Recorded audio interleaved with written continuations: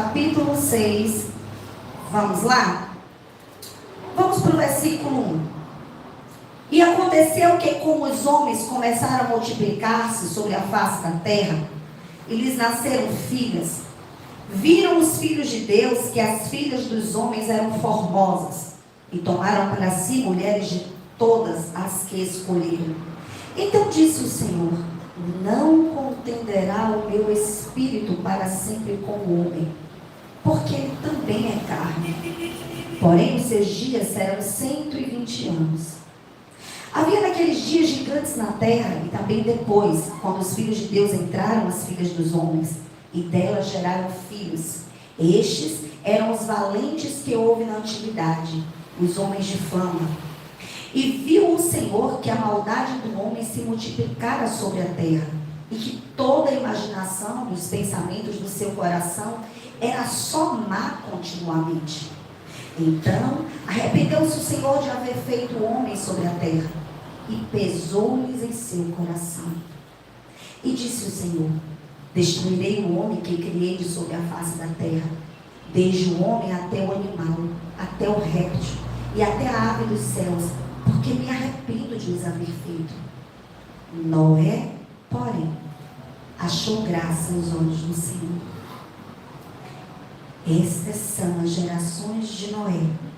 Noé era um homem justo e perfeito em suas gerações. Noé andava com Deus.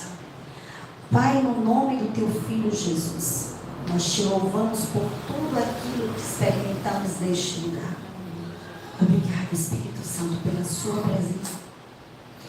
Mas nessa manhã ainda queremos te pedir, Senhor, fala conosco. Meu Pai, estes são os teus filhos e esta é a tua palavra. Então eu ofereço a minha vida nessa manhã e te peço, me ajude, Espírito Santo. Fale comigo para que eu possa comunicar aos teus filhos aquilo que está no teu coração. Se o Senhor não estiver aqui, nada importa e nada faz sentido. Então fala conosco. Eu ofereço a minha vida, os meus lábios, a minha mente ao Senhor nesta manhã, no nome de Jesus. Amém. Amém? Vamos lá. A gente precisa construir um pensamento para a gente poder entender como o reino de Deus funciona. Quando vamos para Gênesis, a gente observa que até o quinto dia, Deus, na sua obra criativa, Ele olha e viu Deus que era bom. É isso que diz o texto. E viu Deus que era bom. Bom foi tudo o que Deus fez.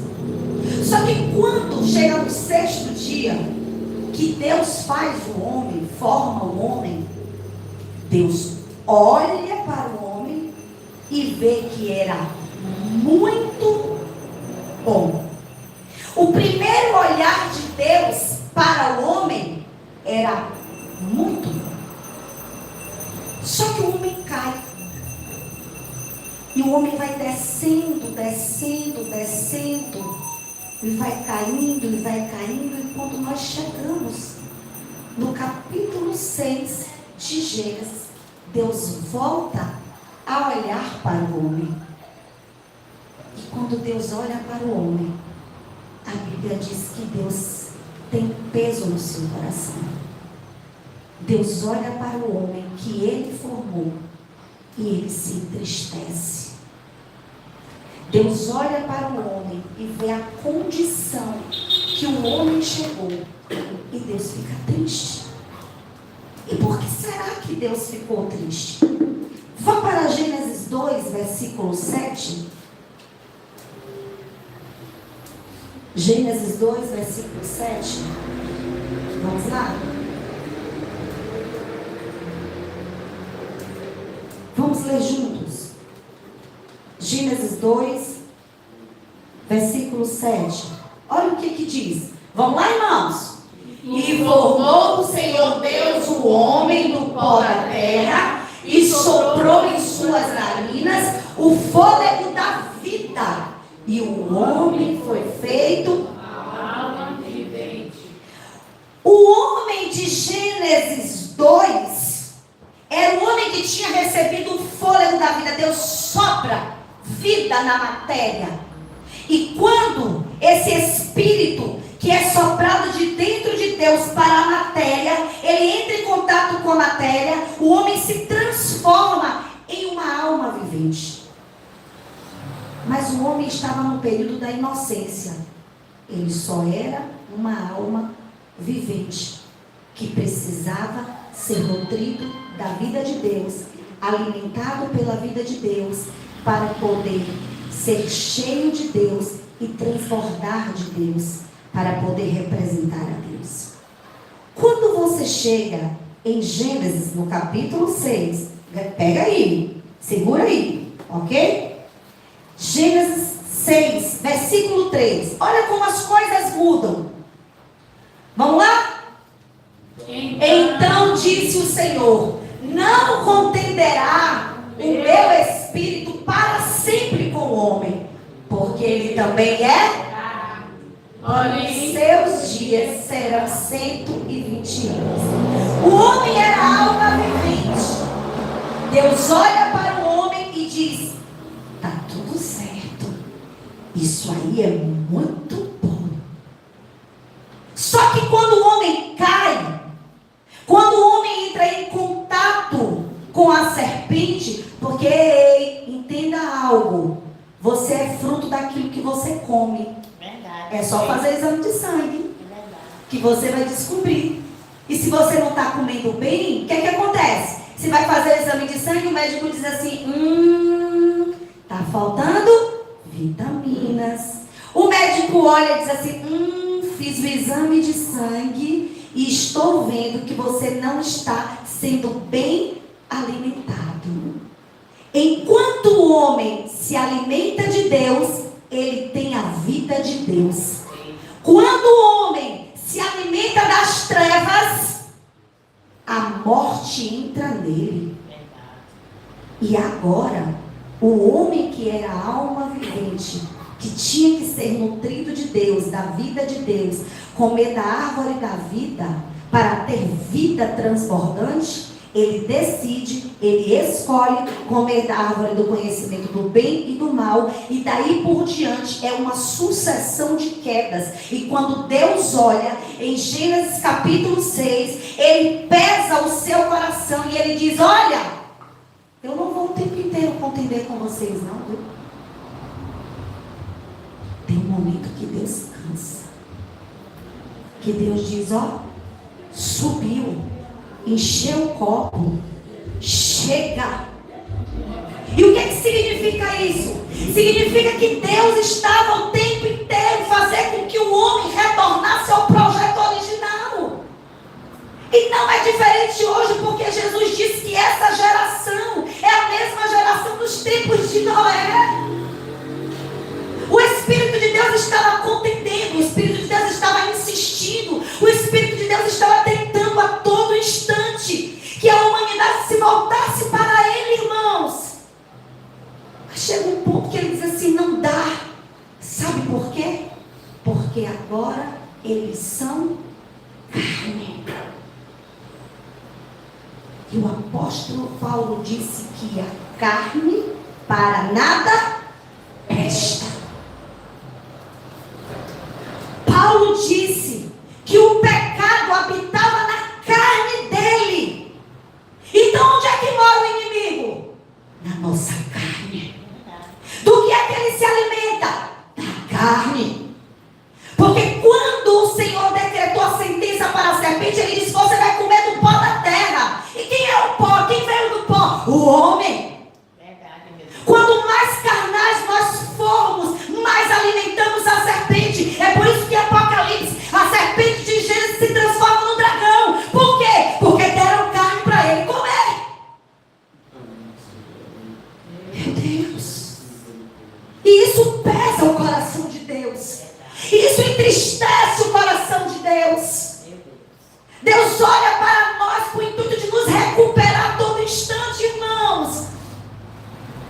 decisão é nossa. E ele disse: o meu espírito não contenderá com o homem, porque ele também é carne. A alma vivente agora se transformou numa carne ambulante, comida do inimigo. E Deus não fala com carne, Deus fala no nosso espírito. É no espírito que o Espírito de Deus habita.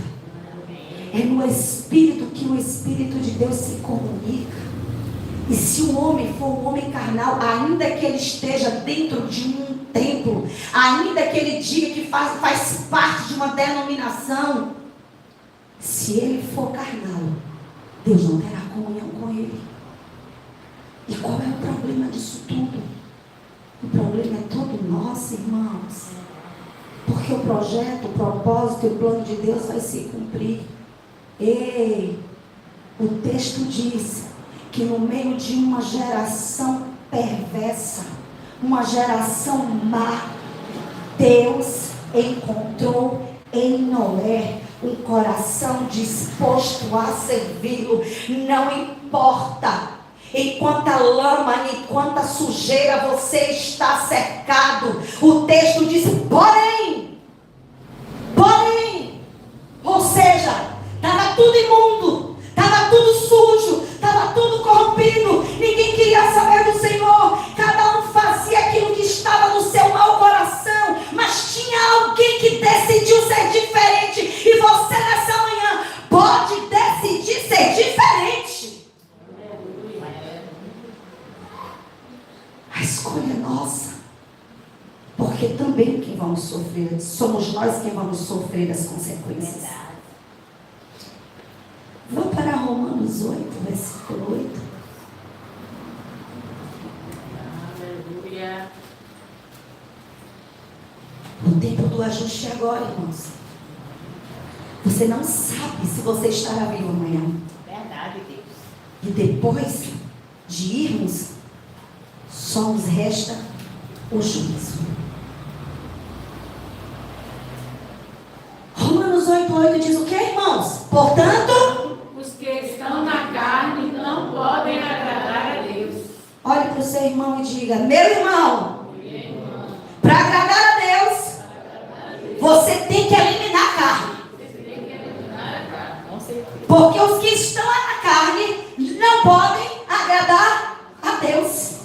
Porque o que agrada a Deus é o que é movido pelo Espírito. Se você é movido pelo Espírito, é direcionado por Ele, pode ter certeza que você está agradando o coração do Pai. Mas se a sua carne, a sua mente, as suas emoções é que estão guiando você, você está em sério perigo.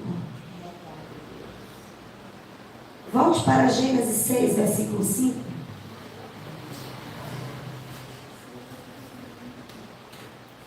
Hein? Gênesis 6, versículo 5.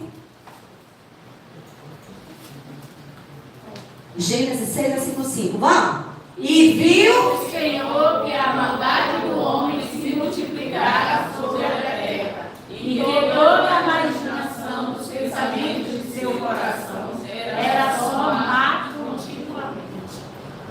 o coração do homem era mau e perverso. Só que tinha um agravante. E às vezes a gente fica: meu Deus, será que Deus realmente vai consumir a terra com fogo? Será? Sabe? Tem muita gente que acha que Deus não virá com o juízo. E deixa eu te dizer, o juízo primeiro começará pela casa de Deus. Começa na casa. A gente tem o hábito de olhar a casa do vizinho. Mas a gente tem que entender que a primeira casa que precisa ser avaliada é a minha. Primeiro minha casa espiritual, depois a minha casa física, para depois eu pensar na casa de Deus. O juízo vai começar, a ordem é pela casa. Deus primeiro corrige os seus. Primeiro Ele executa juízo sobre os seus. Então somos nós que primeiro precisamos nos preocupar em nos alinharmos, em endireitarmos as nossas veredas. Sabe por quê, irmãos? Porque de última hora, o ímpio, na hora da morte, pode crer e se salvar. E nós que passamos o tempo inteiro aqui, Deus não encontra fé em nossos corações a ponto de sermos salvos. Diz que a maldade do homem havia se multiplicado. Multiplicado como? Irmãos, o texto é claro. O texto diz que naquele tempo, as filhas dos homens se deitaram com os filhos de Deus. Quando você vai para o livro de Jó, você vai entender que os filhos de Deus eram os anjos. Eles eram chamados de filhos de Deus. Foram eles que estavam em reunião lá com Deus quando Satanás aparece. Então, os filhos de Deus eram os anjos. E os anjos se materializaram e se deitaram com as mulheres. E daí nasceu uma raça, os Néfilis, que eram os gigantes da terra. Só que tem um detalhe. Deus tinha um projeto. Deus tinha um propósito. Da raça humana tirar o Salvador. E como tiraria o Salvador se a raça estava totalmente contaminada com o DNA das trevas? Os anjos caídos se deitaram com as filhas dos homens e deram uma descendência de gigantes. E agora, Deus olha para o homem e eu fico imaginando a mente de Deus. Que negócio é esse? Quando a gente acha que alguém chegou no fundo do poço, parece que o poço não tem fundo. E eles foram descendo, descendo, descendo. O Senhor disse: agora não tem mais jeito. Terei que destruir toda a terra e refazer o caminho. Parece que o projeto de Deus tinha falido. O projeto de vir o Salvador parece que tinha acabado. Porque não tinha mais como ser executado. Mas deixa eu dizer, aquilo que é impossível para os homens é possível para Deus. E para Deus executar o seu projeto e aquilo que Ele pensou em fazer na eternidade, irmãos, Ele não vai poupar-nos, porque Ele não poupou nem o seu filho. Você acha que Ele vai poupar você e a mim? Nunca, irmãos. Deus nos ama, mas aquilo que Ele determinou para a eternidade vai acontecer. E qual é o projeto de Deus? Da raça humana era tirar o Salvador, e do Salvador tirar a igreja, a noiva do Cordeiro. Só que tem um detalhe: no meio de uma geração perversa e corrompida, houve um mais, um porém na história. E este homem conseguiu mudar uma era por causa da sua disposição em obedecer e servir ao Senhor. Será que nessa manhã Deus pode encontrar em você um coração disposto a mudar primeiro a sua casa, depois mudar a sua vizinhança, mudar o local onde você trabalha? Porque é muito fácil a gente falar da África. É muito fácil a gente falar de missões de África, missões aqui, missões ali, missões internacionais, né? E a sua casa? E a sua vida? E a sua família? E aqueles que te cercam? Se você começar aqui, Deus vai se agradar. Não precisa você ir para fora. Comece em você e depois, através de você, outras vidas serão transformadas. Deus encontrou Noé. A Bíblia diz que ele andava com Deus. Sabe quem andava com Deus? O bisavô de Noé, Enoque. A Bíblia diz que Enoque andou com Deus e Deus o tomou para si. E aí eu fico imaginando o legado de Enoque para a vida de Noé.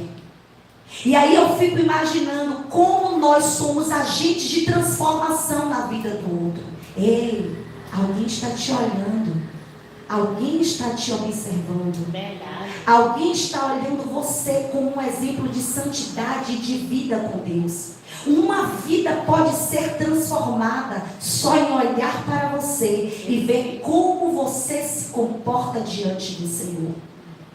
O texto diz: e Noé andou com Deus. Mas também em Gênesis 5, versículo 24 diz: E andou Enoque com Deus, e não apareceu mais. Mais uma vez, a carne tenta colocar o projeto de Deus em risco. Quando vamos ceder às tentações do inimigo e retroceder no que o Senhor projetou para nós, nós trazemos prejuízos para nós. E podemos também trazer prejuízos para o projeto de Deus.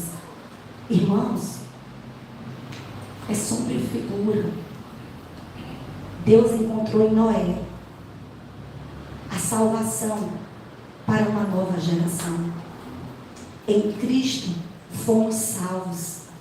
Em Cristo fomos enxertados. Observe que só uma família entrou na arca. Ei, só uma família foi introduzida em Cristo. É a igreja de Cristo.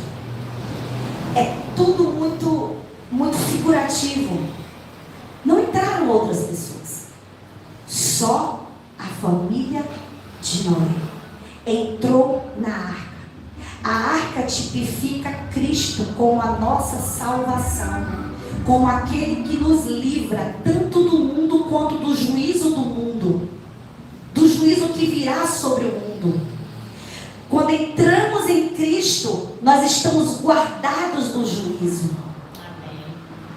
Quando a igreja de Cristo entende que estando em Cristo, ela está protegida, ela está guardada, ela consegue viver a plenitude do que o Senhor tem. É só uma família, não tem várias famílias, é uma família, é a família de Deus, é a família de Cristo. Se você está introduzido em Cristo, certamente você está guardado. Vai para Romanos 8 e vamos ler de 5 a 11. Olha o que Paulo fala. Romanos 8, versículo 5, vamos lá? Porque os que são segundo a carne inclinam-se para as coisas. É impossível quem anda na carne fazer algo do Espírito. Não tem como, não mistura, as coisas são muito separadas. Quem é carnal e flui na carnalidade. Ainda que faça tudo muito lindo, muito bonito. Porque a árvore do conhecimento do bem e do mal, ela não só era do mal, ela também era do bem. Só agrada, só satisfaz o coração de Deus se for movido pelo Espírito de Deus, segundo a vontade de Deus e o propósito de Deus. Fora disso, nada agrada, nada satisfaz, porque Deus não quer nada nessa terra que não seja Cristo. É por isso que Cristo precisa ser introduzido dentro de você, meu querido. Porque se você chegar lá naquele grande dia e Ele olhar para você e não encontrar o filho dele, esqueça. Acabou para você. Para de achar essas pregações de mimimi, irmãos. Vamos crescer. Deus me ama. Aceita como eu sou. Tudo que eu faço, Deus aceita. Porque Ele é Pai, Ele é bom. Mas Ele não é bobo, Ele tem princípios. Verdade, meu Deus. Ele entregou o filho dele, irmãos. Você não quer entregar a sua vida, você entrega a sua vida meia boca. Você diz que entregou a sua vida, mas faz o que quer, da maneira que quer, na hora que quer. Coloca desculpa, inventa mentira. E diz que serve a Deus. E Ele está dizendo, eu dei aquilo que eu tinha de mais precioso, santo e puro, que foi a vida do meu filho. Entreguei a vida dele toda por você. E você acha que isso é pouco? Está achando que vai ser de qualquer jeito? Então, ó, apaga daquele seu playlist do YouTube aquelas mensagens que abalam o seu coração e que te faz chorar e que diz, você vai vencer. Vencer como? A vitória está nele, na pessoa dele. Ele foi introduzido em você para que você herde tudo aquilo que ele é. Ele é santo, Ele é puro. Aí depois, você é herdeiro de tudo aquilo que Ele tem. Aí você prospera, você abunda, você multiplica. eu recebo quem Ele é, depois eu experimento do que Ele tem. Porque os que são segundo a carne inclinam-se para as coisas da carne, mas os que são segundo o Espírito para as coisas do Espírito. Gente, porque a inclinação da carne é: o meu espírito não contenderá mais com o homem, porque ele também é. E aí Paulo diz: por que a inclinação da carne é? Porque a morte habita na carne, entenda. Mas a inclinação do Espírito é vida, é paz. E eu posso acrescentar nessa manhã: é gozo, é satisfação, é plenitude, é renovo. Vamos lá. Porquanto a inclinação da carne é inimizade contra Deus, pois não é sujeita à lei de Deus, nem em verdade não pode ser. 8. Porquanto os que estão na carne não podem agradar a Deus. 9. Vós, porém, vocês não estão na carne, mas do vamos lá para a ressalva? Se é que o Espírito de Deus habita em vós. Se é. O fato de estar não significa pertencer. Muitos estão, mas não pertencem.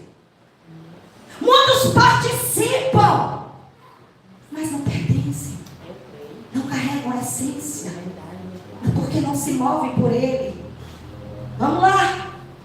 Mas. Não, volta, não terminei. Estou querendo fugir, é? Mas, vamos de novo. Vós, porém, não estáis na carne, mas no Espírito. Se é que o Espírito de Deus habita em vós. Mas se alguém não tem o Espírito de Cristo, este tal não é dele. Se não tem o Espírito de Deus, não se move por ele. E se não tem ele, não pertence a ele. É verdade. Vamos lá? E se Cristo, e se Cristo está em vós, o corpo na verdade está morto por causa do pecado, mas o Espírito vive por causa da justiça. A justiça de Deus foi feita em Cristo. E porque a justiça foi feita em Cristo, meu irmão, você pode ter paz. Porque não há nenhuma condenação sobre aqueles que estão em Cristo. 11. E se o Espírito daquele que dentre os mortos ressuscitou a Jesus habita em vós, aquele que dentre os mortos ressuscitou Cristo também vivificará os vossos corpos mortais pelo seu Espírito que habita em nós. Fomos vivificados, irmãos. É uma obra tão gloriosa. Primeiro ela começa internamente. Ele primeiro vai trabalhando internamente. Eu sei que a religião está preocupada com a aparência. Mas nós que entendemos o que é o verdadeiro mover do Espírito, nós entendemos que a transformação começa no nosso interior e sem nenhuma preocupação humana. É só deixar Ele fazer. É só se colocar à disposição dele. É só confessar que não consegue. Deixa que o Espírito vai te guiar. Ele vai te deixar fluindo. Então, meu irmão, você não precisa olhar para o lado, questionar nada ao seu redor, porque Deus quer fazer essa obra primeiro em você. Essa obra é realizada primeiro em nós, porque é fácil olhar para o lado e apontar quem está do lado. E eu, quem sou nessa geração? E eu, será que sou Noé, que fui chamado para mudar uma geração? Ei, vamos passar para uma nova era. O tempo da graça está passando. Vamos entrar na era do reino. Noé saiu de uma era e entrou em outra. E ele foi um agente de transformação para o tempo dele. O Senhor está convocando a igreja do Cordeiro para essa transição. Estamos em um tempo de transição. Em Apocalipse diz que o Senhor, Ele vai levar os seus vencedores. E no período da grande tribulação, os crentes vencedores estarão nas bodas do Cordeiro. Enquanto os crentes perdedores estarão aqui na grande tribulação, os crentes que venceram estarão com o Senhor comemorando. Mas para que você viva este tempo, você precisa decidir hoje e agora. Há uma mudança verdadeira de vida. Há uma transformação genuína. Vá para Mateus 24. Já estamos quase encerrando. Mateus 24, 37 a 39. Vamos lá. Quando o homem ele é controlado pela carne, irmãos, ele vira escravo de Satanás. Ele perde as suas forças. E ele não consegue mais ser guiado pelo Espírito. Olha o que Jesus disse. E como foi nos dias de Noé, assim também será a vinda do Filho do Homem. 38. Porquanto, assim como nos dias anteriores ao dilúvio, comiam, bebiam, casavam-se, davam-se em casamento, até o dia em que Noé entrou na arca. E não o receberam. Por que não se percebe uma construção de uma arca daquele tamanho? Irmãos, a gente está falando,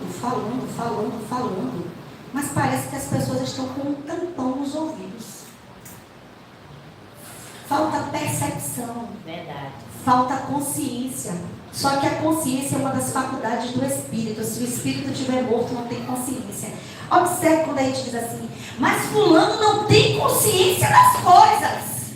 Não é assim? Só que a gente coloca a consciência como mente. Mas a consciência é uma das faculdades do Espírito. Sabe por que não tem consciência? Porque já morreu, porque já está morto. Aí você fala e diz assim, meu Deus, não é possível. Haja desenho. E fulano não entende. Sabe qual é a explicação? Está morto. Morreu. Então, se alguém vos disser, eis que o Cristo está aqui ou ali, não lhes dê crédito. Vá. Porquanto surgirão falsos o quê? Não, gente, começa por casa. Cristãos. Tá tudo bem. Vamos lá. Porque surgirão o quê? Falsos cristos e falsos profetas. Falsos cristos e falsos.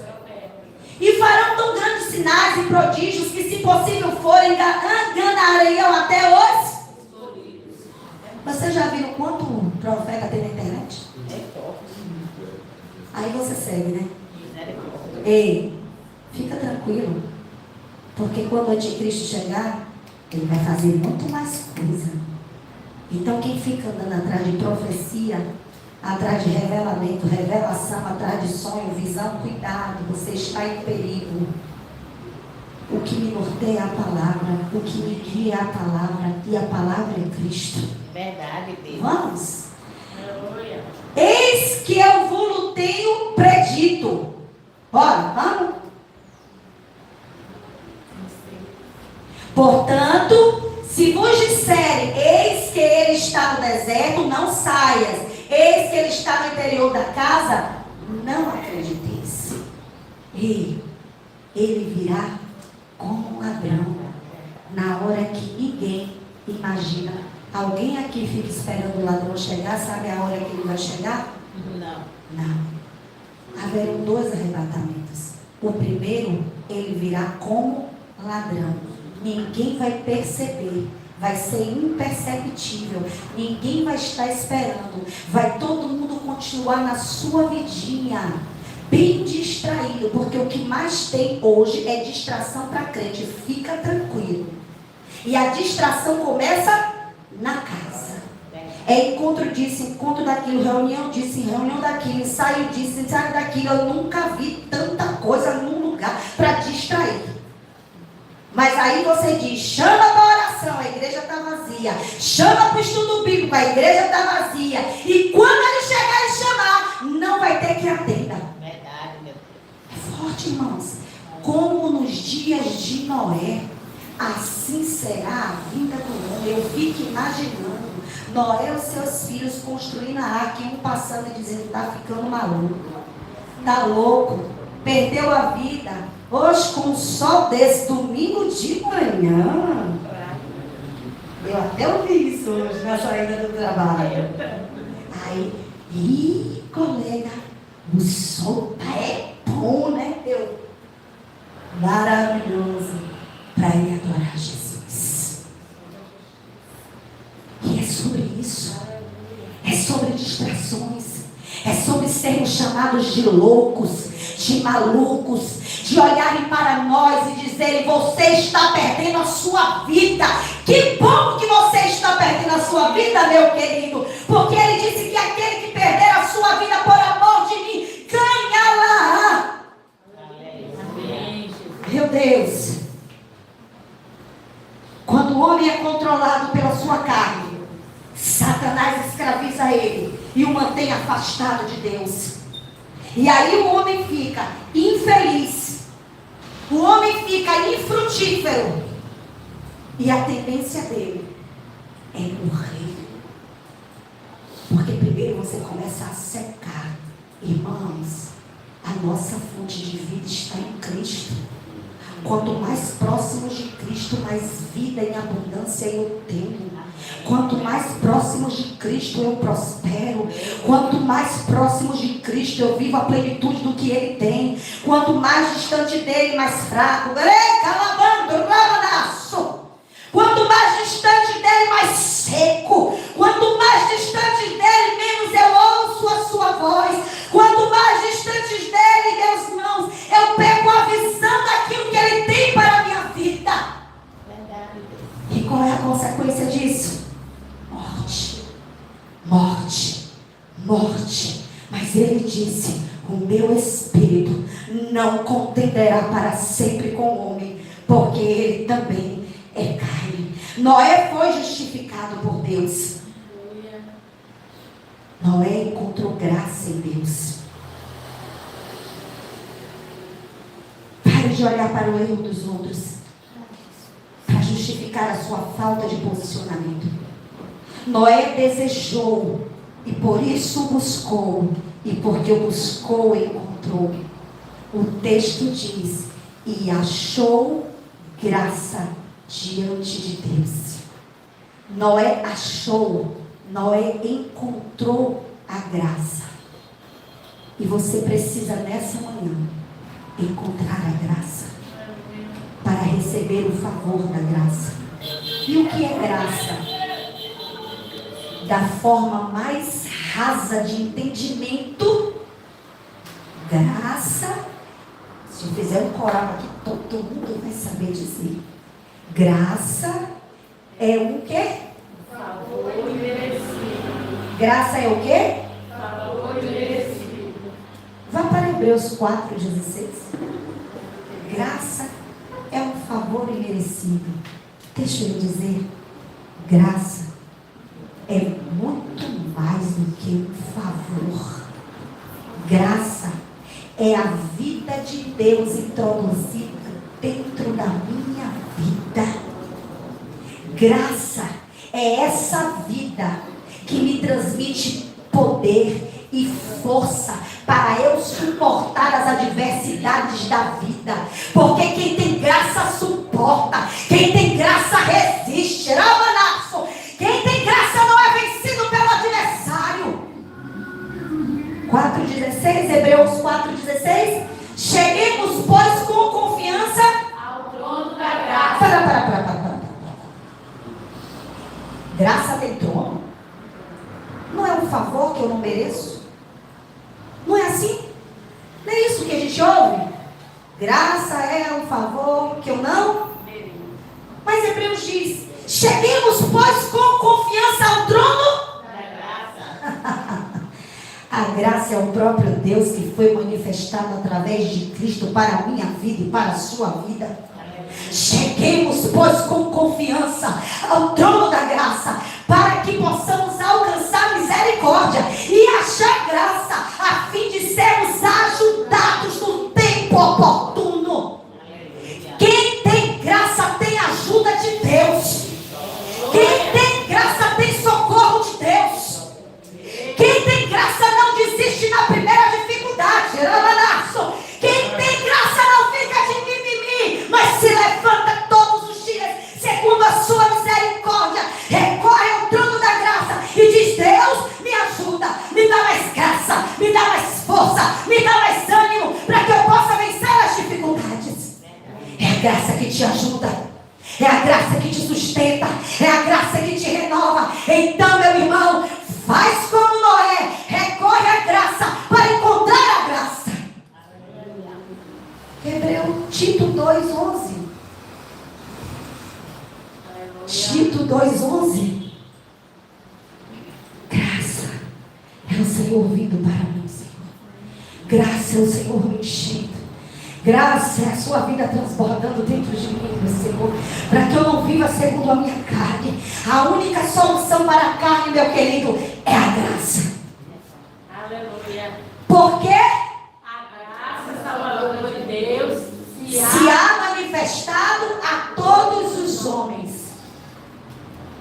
E a graça salvadora de Deus. Quem é a graça salvadora de Deus?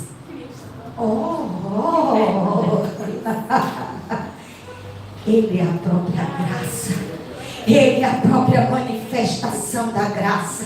A graça não é uma coisa que eu recebo, mas é uma vida que está dentro de mim. E essa vida se chama um Cristo que morreu e ressuscitou. É Ele transformando dentro de mim, dentro de você, para que você possa viver nessa geração má e perversa e possa cumprir o propósito de Deus sem se contaminar com ela.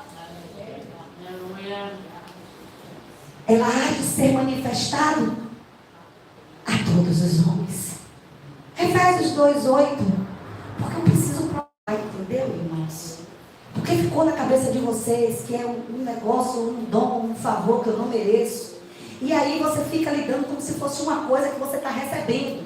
E não é uma coisa, é uma pessoa, é uma vida.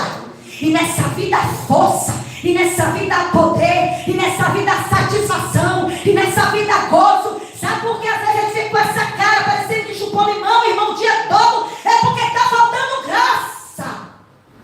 Verdade. Porque se você tem graça, até na tribulação você está feliz. Eu imagino Paulo, todo apedrejado, cheio de sangue, ferido, dado como morto, e os irmãos tudo gritando: tira Paulo da cidade, morreu, mataram Paulo.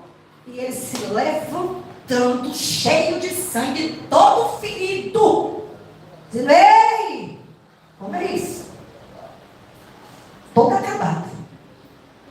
Essa leve e momentânea tribulação produz para nós um peso de glória. Sabe por quê? Porque ele tinha graça. Porque ele tinha a essência de Deus dentro dele. Efésios 2:8, o que é que diz? Vamos lá, irmãos. Porque pela graça sois salvos, por meio da fé, e isto não vem de vós, é dom de Deus. Vamos lá. Porque pela graça sois salvos. Então eu sou salvo por Jesus, pela graça ou pelo quê? Se ele não for a própria graça. Eu sou salvo pela graça, por meio da fé. Eu sou salva em Cristo, mas é a fé nele que me salva. Pela graça sois salvos, por meio da fé. E isso não vem de vós, é dom de Deus. O que é que não vem de vós? A fé. A fé não vem de você, é Deus que planta a fé como plantou em Noé. Porque primeiro, Deus precisa encontrar um coração disposto. O negócio é o seguinte: tudo é a má vontade. Vamos lá, sem mimimi. Deus olha para você, aí diz assim: seu Francisco, olha para seu Francisco. Ele viu seu Francisco na eternidade. E ele viu em seu Francisco Francisco um coração disposto a servi-lo. Aí ele pega a fé, planta no coração de seu Francisco, para que seu Francisco execute a sua vontade. Ei, não é nada sobre você, tudo começa nele, tudo é sobre ele, é ele que faz. A Bíblia diz que ele opera em nós, tanto querer quanto efetuar. Se ele quer, ele faz, mas ele faz com a cooperação sua. João 1,16. Já estamos encerrando. Vamos lá, para a gente fechar isso aqui. João 1,16. Vamos raciocinar. Essa igreja pensa pelo Espírito. Bom, e todos nós recebemos também da sua plenitude, e graça por graça. E todos nós recebemos da sua plenitude e graça por graça. Tradução. E todos nós recebemos da sua plenitude a graça através da graça. O que Cristo é a própria graça. É Deus vindo através de Cristo para cada um de nós. E quando Ele vem, Ele nos transborda com essa força. É Ele, irmãos. Não são os seus braços. Não é a sua inteligência. Não é a sua capacidade. É Ele se movendo dentro de você. É Ele quem vem, irmãos. Noé não conseguiria viver uma vida em perfeição diante de Deus se não fosse a graça de Deus. Deixa eu lhe dizer, enquanto você achar que faz do seu jeito e da sua maneira, você todo dia vai cair e levantar. Só que tem um momento que você não vai suportar. Então qual é o meu conselho? Para vencer a carne, recorra à graça. Recorra a Ele. Ele vai lhe sustentar, Ele vai te ajudar. O problema é que você sai de manhã e não chama Ele para ir com você. E a Bíblia diz que Noé caminhou com Deus. Ele andou com Deus. E você anda com quem? Quem você chama de manhã? Quem você liga de manhã? Para quem você pede socorro? Noé andou com Deus. E por isso Noé venceu. Você só vai vencer as batalhas e as guerras dessa terra se você andar com Deus. Mas para andar com Deus, você tem que receber a graça dEle. Mas para receber a graça dEle, você tem que buscá-lo. E me buscareis e me achareis quando me buscareis de todo o vosso coração. Serei achado de vós, diz o Senhor, e farei mudar a vossa sorte. Pode estar tudo contrário. Pode estar tudo derrubado, Ramanas. Pode estar tudo destruído, meu irmão. Mas se a graça foi tudo aquilo que te preenche, fica tranquilo que vai acontecer. Ele vai fazer. Porque alguém resolveu andar com Deus. Porque alguém resolveu ser diferente. Custa. Esse é o apelo do noivo. Ele está esperando uma noiva adornada, irmãos. Mas o que te impede de viver isso é a carne. E deixa eu lhe dizer, você não tem mais desculpa. Acabou para nós. Porque Ele já fez o que você não poderia fazer. João 1,14. Meu Deus. Não tem desculpa para a sua carne. No dia que formos chamados, esse dia de hoje, dia 7? 5 não.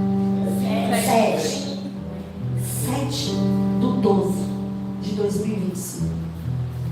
Esse dia está registrado nos escritos de Deus. Ele marcou um encontro com você para que você mudasse a sua rota. problema não é mais meu. Agora é todo seu. É com você e ele. Não temos desculpas. Só poderemos dizer naquele dia: eu não quis. Eu preciso que você leia com toda a sua força. E O Verbo se fez carne. Para, que eu não vou nem ouvir isso. Você entendeu, não? Qual é o problema da humanidade? Qual é o problema do homem? Hã? A carne era a alma vivente, depois se tornou carne. E na carne Satanás trabalha, e na carne Satanás escraviza, e a carne Satanás comanda, e a carne Satanás come. Aí o que é que Deus faz? Ele olhou e viu que não tinha esperança para mim, não tinha esperança para você, porque o homem é carne. Aí ele diz: filho, eu olhei mais uma vez e vi que está difícil. Eles não conseguem. Eles são carne. E eu imagino Jesus dizendo: tá certo, Pai, eu vou descer. Como carne. Meu Deus. E o Verbo se fez carne, igual a mim e a você, e habitou entre nós. E vimos a sua glória, como a glória do unigênito do Pai. Ele estava cheio de quê, meu irmão? De graça e de verdade. Então o que está faltando? Graça. Ele veio em carne pecaminosa, mas uma carne que estava cheia de graça. Uma carne que estava impregnada de graça. E não venha me dizer que graça é somente um favor que eu não mereço. Porque quando ele orava ao Pai, ele dizia assim: Pai, graças te dou. É impossível. Jesus está dando ao Pai um favor que ele não merecia. Então vamos crescer na revelação. Ele estava dizendo: Pai, eu te devolvo a vida que o Senhor colocou dentro de mim. É essa graça que te sustenta nessa manhã. E ele veio em carne como você, mas com uma grande diferença: cheio de graça. E é essa graça que fez Noé vencer em uma geração terrível. E é essa graça dentro de você que vai te fazer superar tudo que você está vivendo. E é essa graça que vai... Essa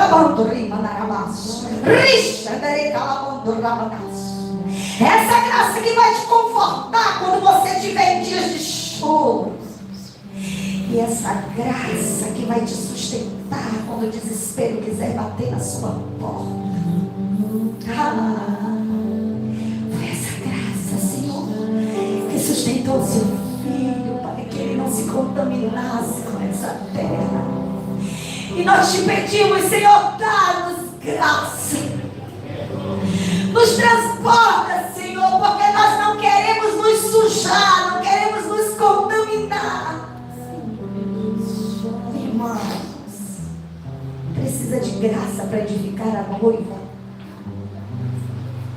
Noé precisou de graça para construir a arca, a habitação de Deus, a habitação do povo de Deus, que é o tipo e figura do Cristo, que seria a nossa habitação.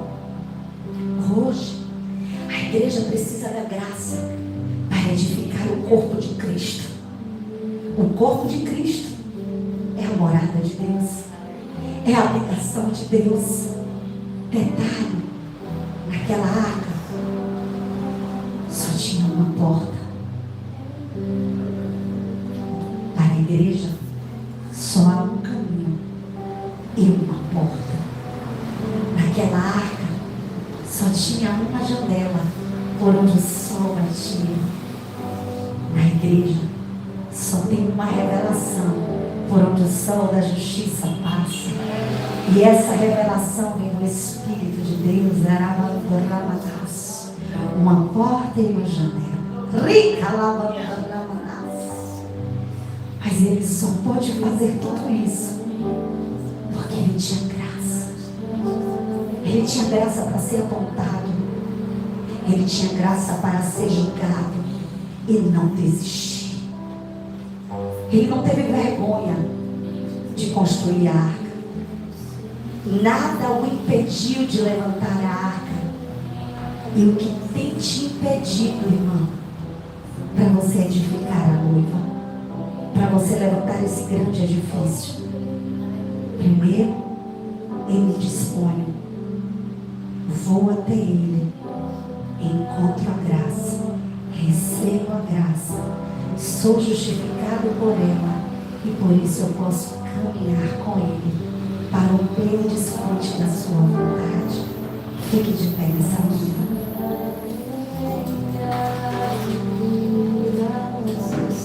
Que Deus abençoe a sua casa. Que Deus abençoe a sua vida. Que Deus abençoe tudo que você tem. E que a graça de Deus, a vida de Deus, transborde dentro de você.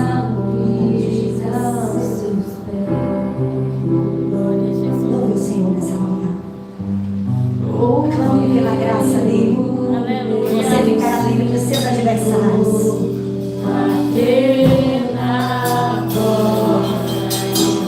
Ele não está batendo a porta. Ele está nos chamando.